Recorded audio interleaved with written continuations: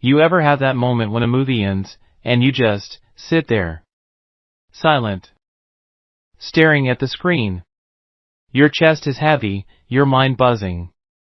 You can't shake the feeling that what you just saw wasn't just a mystery, but a mirror. That's what the Thursday Murder Club does. It doesn't just give you twists and killers, it gives you something deeper. It makes you ask yourself, how far would I go for the people I love? And honestly, that question lingers long after the credits roll. So, let's dive into this. Because the Thursday Murder Club ending isn't just about who killed who. Yeah, that's important, but it's also about love. About regret. About the ugly, messy parts of being human. And about how sometimes the answers don't come wrapped in neat little bows. They're complicated, painful, and yet, deeply human. Now, I know what you're probably thinking. Old people in a retirement home solving a crime? Sounds cozy, almost like a light-hearted detective show. But that's the trap. That's what this movie wants you to think. Because under the surface of witty banter and charming tea-time clues, there's a raw look at loneliness, aging. And those lengths will go to when our world feels like it's slipping away. What's really wild is how these characters, who you'd expect to fade away in society's background, take center stage in a brutal fight for truth. From the start, you're pulled into the murder of Tony Curran. This shady businessman with his hands in all kinds of dirt. Suspicions naturally point to Ian Vinham, the flashy real estate developer who wants to bulldoze their retirement home. But here's where it gets interesting. Just when you think you've figured it out, bam, another layer unfolds.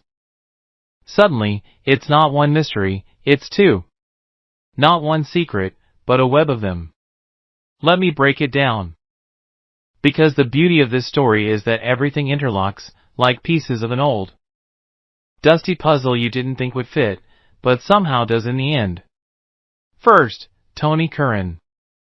The guy's got enemies left and right, but when Elizabeth, the sharpest mind of the bunch, digs deeper, she learns that Tony's right-hand man, Bobby Tanner, isn't just a background character. Nope, he played a huge role.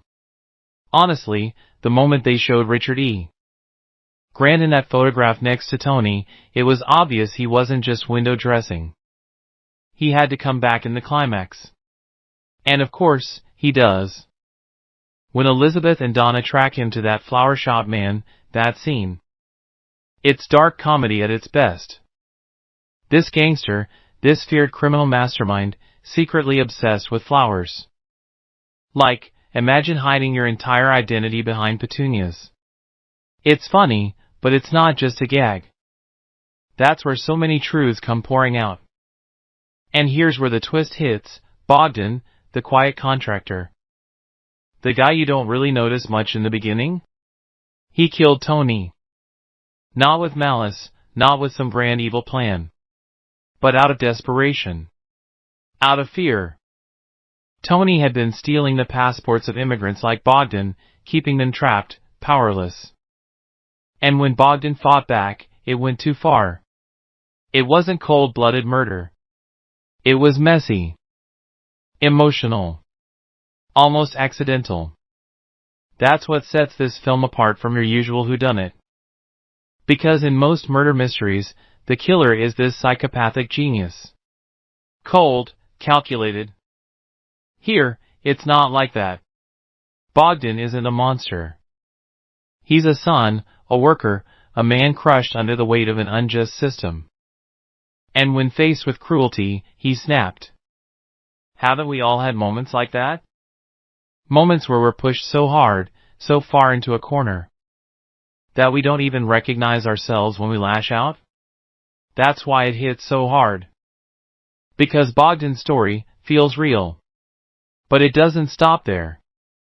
At the same time this truth comes out, Stephen, Elizabeth's husband, sits across from Bogdan in a game of chess. And the tension is just suffocating. Bogdan admits the truth, admits he never intended to kill. But in that confession, there's this hint, this terrifying possibility. Maybe Bogdan poisoned Stephen. Maybe he didn't. You're left on edge, unsure. And when you realize Stephen might have figured it out, but then forgot because of his dementia, it cuts deep. That duality of memory and loss, truth and oblivion, is heartbreaking. But Elizabeth never stops fighting. She races against time to save Stephen, and it becomes so clear this isn't about justice anymore. It's about love. Protecting the one person who means the most to her.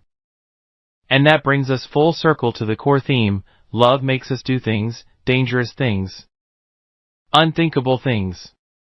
Now, remember the cold case from the start? Peter Mercer, the man buried in the cemetery? That thread comes back in a haunting way. Elizabeth realizes Penny, one of the founders of the Thursday Murder Club, killed Mercer decades earlier. Why? Because Mercer was beating his girlfriend, and the system was ready to let him walk. Penny snapped.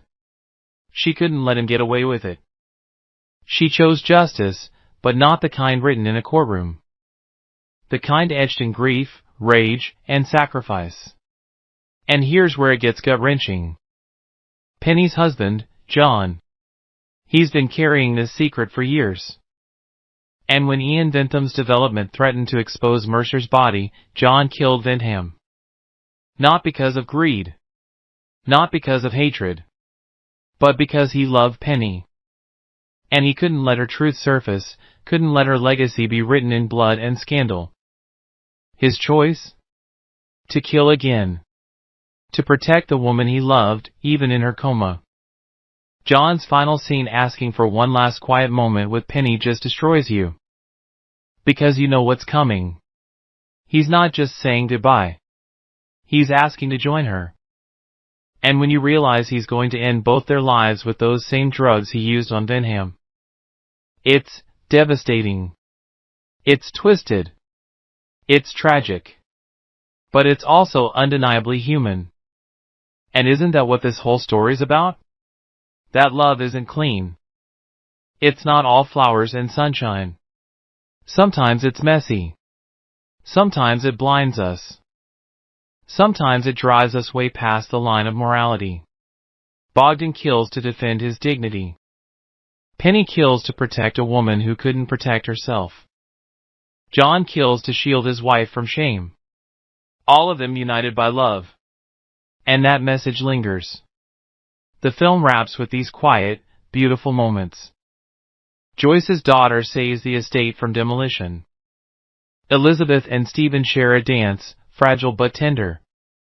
Jason and Ron sit together at a football game, bridging their father-son gap. And Ibrahim shows Joyce a photo, a glimpse of his own hidden past, his own love story. Every thread circles back to one truth: connection is what makes us human. It's what makes life worth living. And ironically, it's what sometimes makes death arrive far too soon. Let's be real here. The Thursday Murder Club isn't just a story about murder. It's a story about us. About you. About me. About how every single one of us is carrying secrets, regrets, and truths we pray never come to light. About how love can both save us and damn us.